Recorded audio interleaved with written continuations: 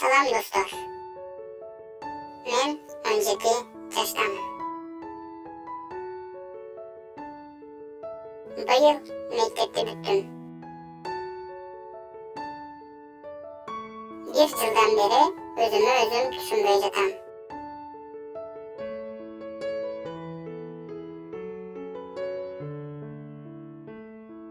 Men özüm özgördü.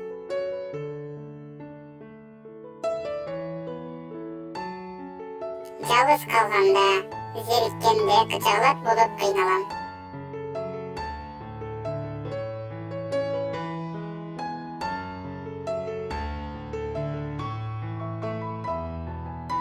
Сөйлескен жігіттерім менен 2-3 ай ғана мәміле құрам.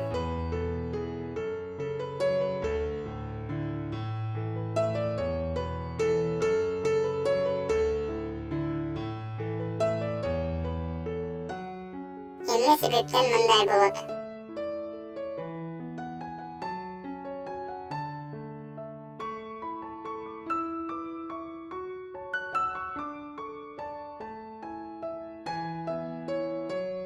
Жеңилдегим келет. Кеңеш бериңиздерчи.